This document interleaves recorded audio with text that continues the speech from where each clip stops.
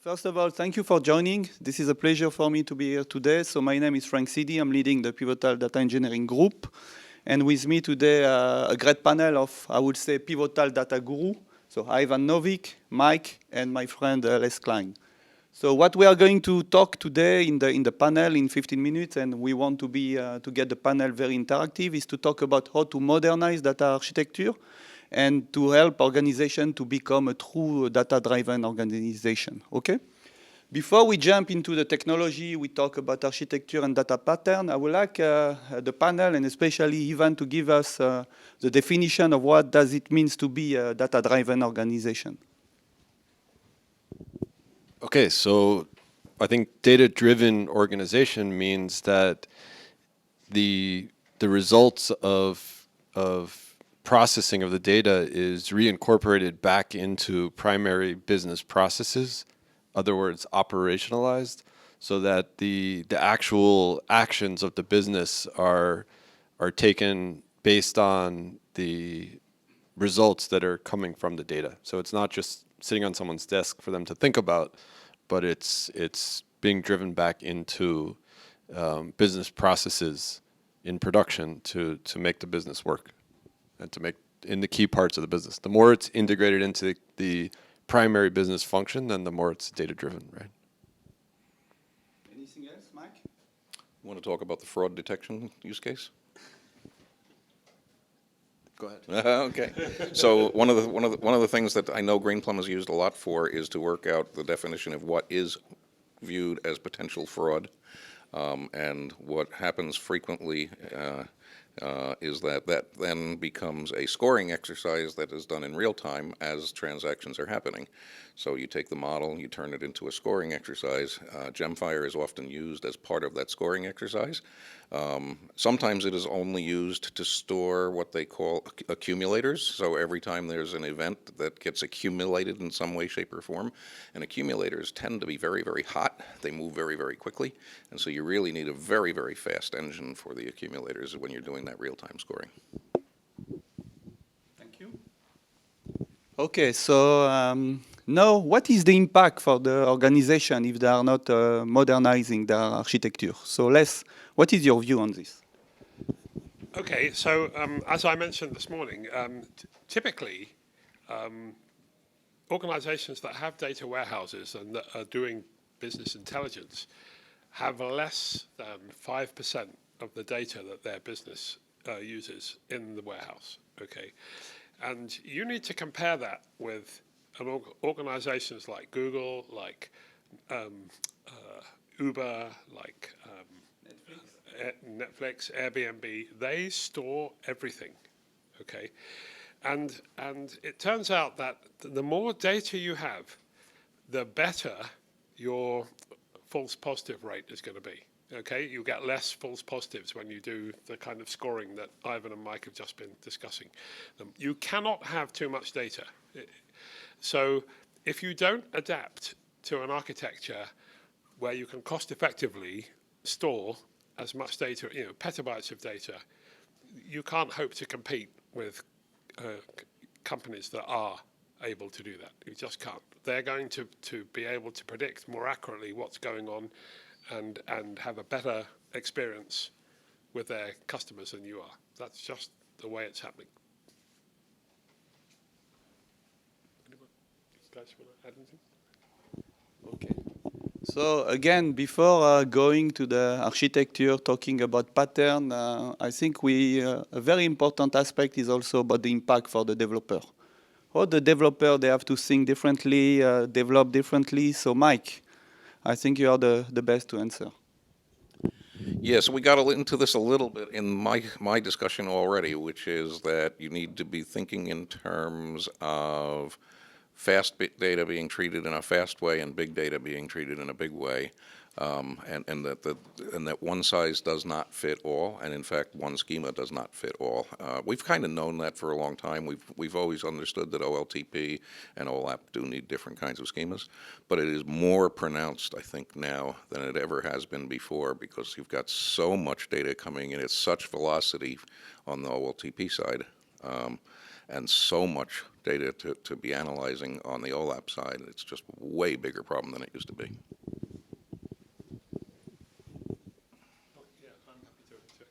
So I think the other point I'd like to say that goes along with that is you have to build your applications in a different way that they can scale to cope with hundreds of millions of users in some cases. I mean, how many users on the China rail and the India rail use case? I mean, it's more than half the people in the world. yeah. So they had both of these countries had serious problems. So in China, for example, China Rail could not cope with the number of people that wanted to get tickets for Chinese New Year.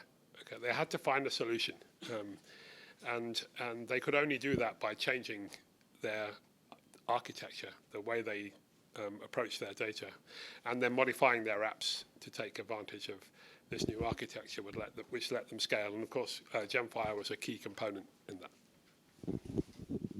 So to the question was, how is this impacting on the developers, right? I think one of the things that I've seen is a bigger focus on the testing aspect for developers. And so if you have complex systems and they're deployed globally and you have many change factors, how can you change anything and not be afraid, right? There's, at least internally, in all of the pivotal projects, we have fairly sophisticated testing software that's actually open source as well. So there's a system called Concourse, which is a open source test pipeline where you make one change and then it runs a series of other things that are dependent, and it creates a graph of dependencies. So being able to make changes without the old-fashioned way is you join a change management conf call and you say, I'm going to change this one file. Does anyone have an objection? And then they discuss it for half an hour, right? That kind of works. But what really is cool is when you have an automated system. Two things, actually. One is having an automated system that you can put it into a pipeline where you see this, what is everything affected by this, and then you can validate the whole pipeline. The other thing that also, speaking of Netflix, did was they actually break stuff on purpose in production. And so when one of their architects came in, they said, we want to actually randomly kill processes in production. And they told him he was crazy. And he says, no, because we need to be building our software so it will work even if we pull stuff out live, right? And so designing for having developers have the mindset of failure-proof development, and having ways to verify, I think, are a key in an increasingly complex IT environment. So just to add a little bit of color on that Netflix scenario, so they developed actually something called the Simian Army.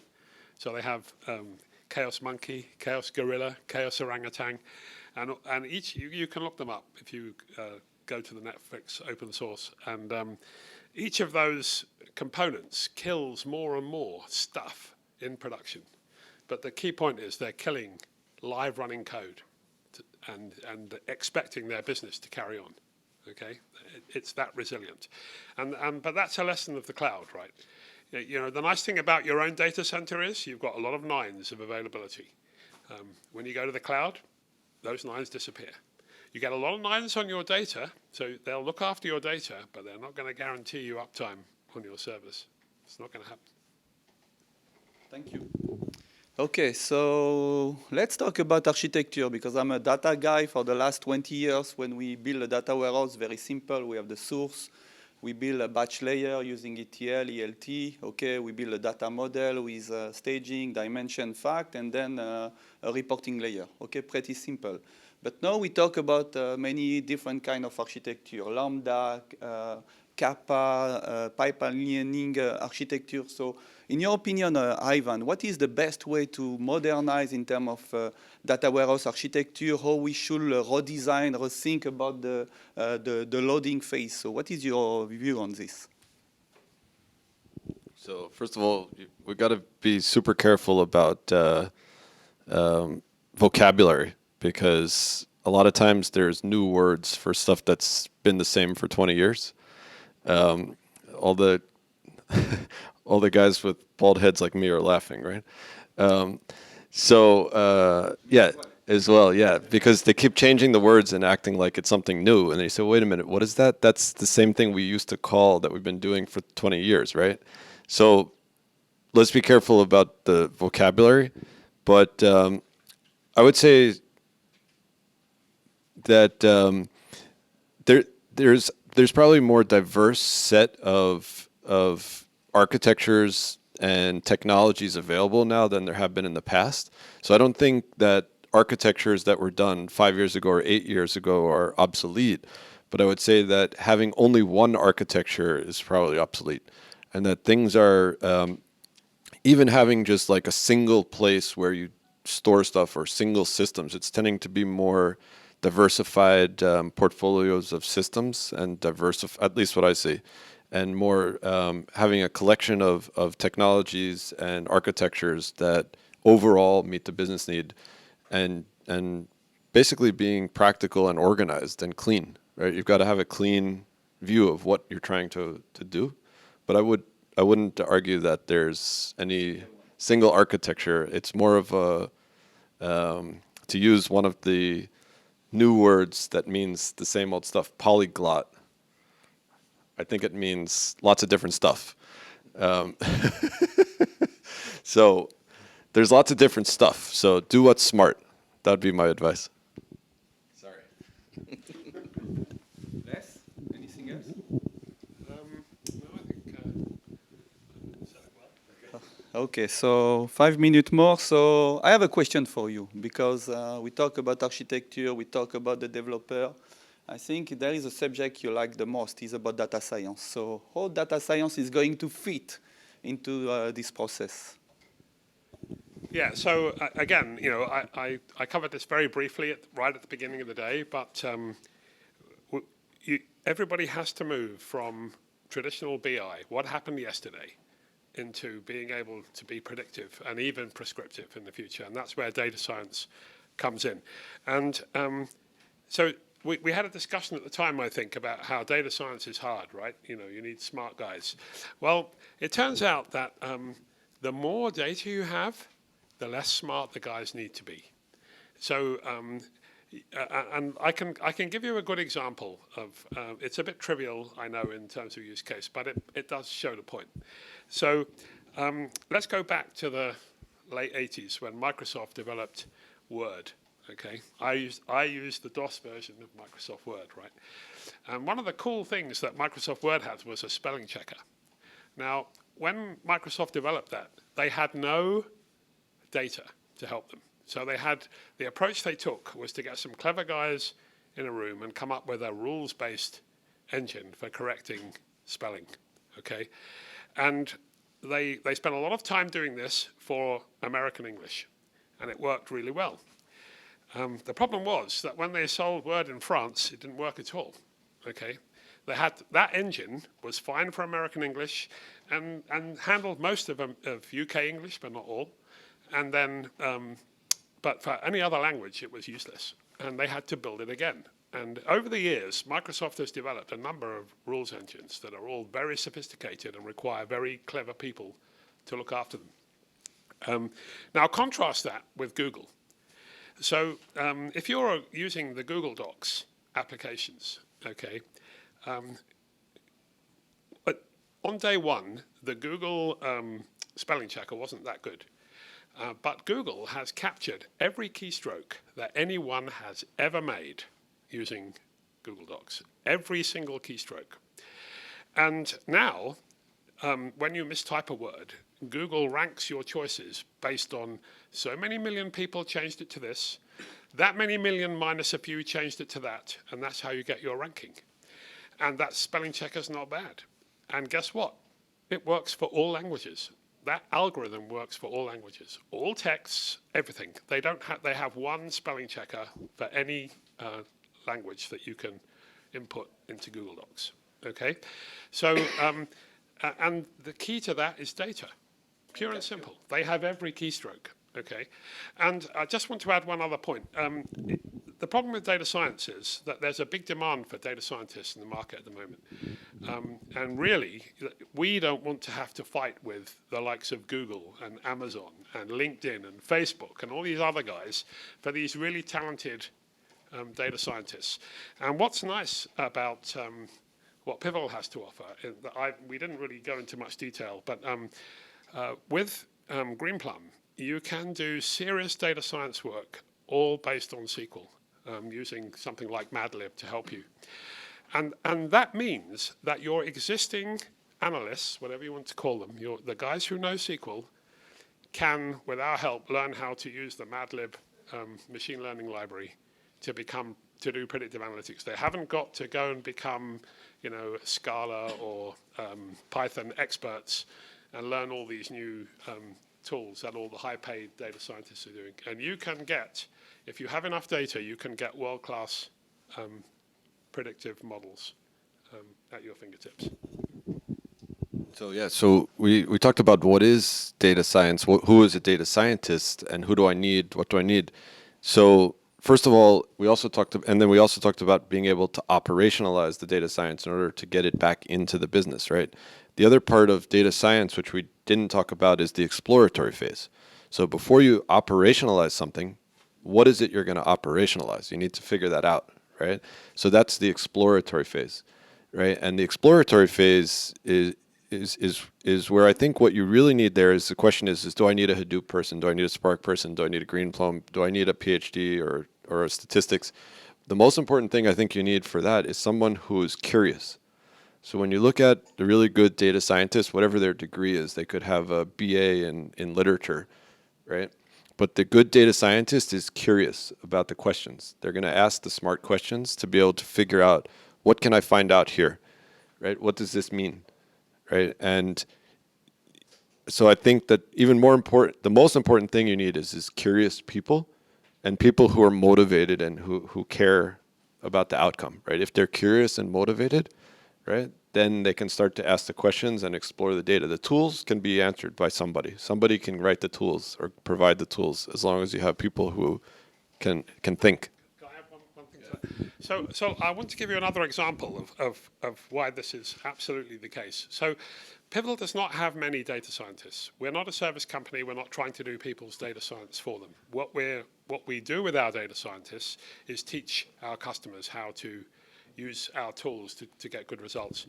But I'll share one use case with you. So a bank spent 18 months investigating some of its staff that because it thought there was some bad behavior going on inside the bank.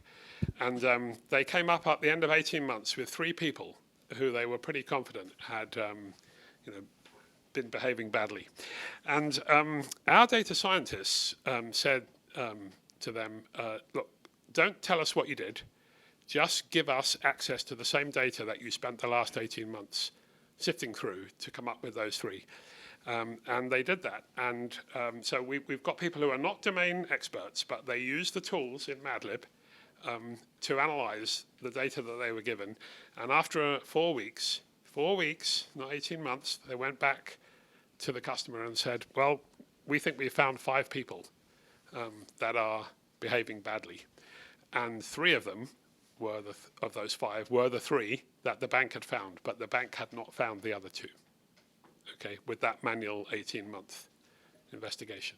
And there was no specific domain knowledge in the data scientists here. It's just application of the tools and a curiosity to look for what looks like anomalous behavior. Okay? Thank you, Les. So I will complete the panel with the last question, and I believe this is a question you like the most, because I think we were talking about doing modernization. A lot of customers are still using, I would say, all the red box, you know what I mean, or blue box. But I think I want to ask, especially Ivan, how the open source is going to accelerate this trend. So what is your view on this?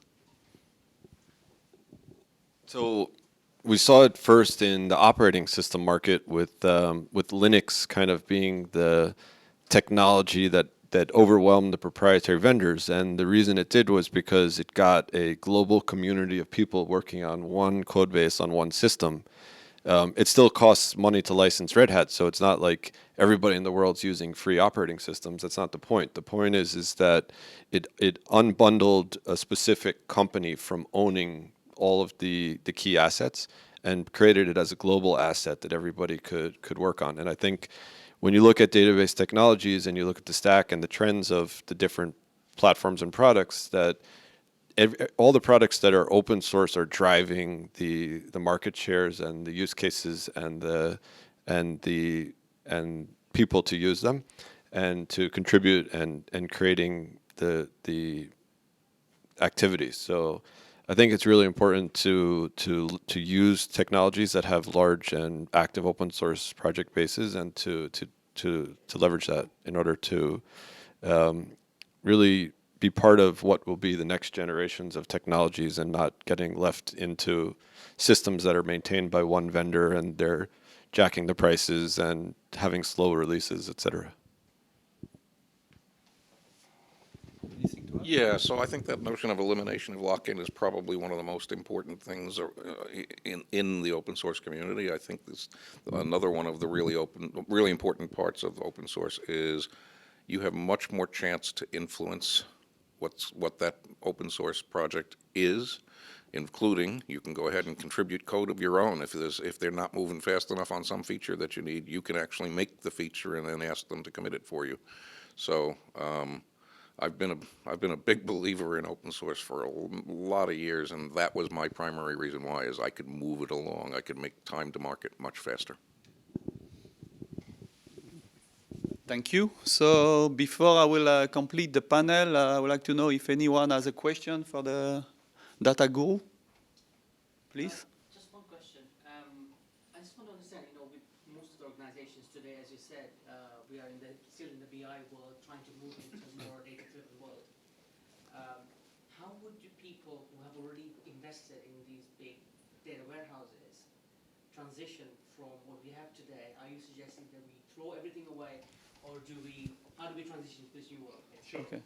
And then after I will take as well. So this is generally done in a piece-by-piece value project. So generally, I think the general recommendation is don't go and throw out everything, right? The first thing I would do would be to identify an area that you want to improve, a use case where you want to where it's business critical and where it's at the heart of something you need to make better, and say, okay, we're going to do this on a new platform, and then over time basically, if you look at most companies, they have essentially a portfolio of technologies, and they manage that portfolio, and over time kind of shift their weight from one technology to another. So I think you're always kind of selling the losers and buying the winners, right? You're saying, okay, this technology is kind of going, and so let's start to phase it out. Let's start to get some of this. So you got to actively manage your portfolio to have good technology, and then starting to, when you have the opportunity, then opportunistically say, okay, we're going to move on this project here, right? That's what I think. Franck, you want to? Yes. Because I think in the last 5 years, we made a lot of projects like this with our customers. So I think, first of all, what we can do is really to look regarding the project and I would say defining a roadmap.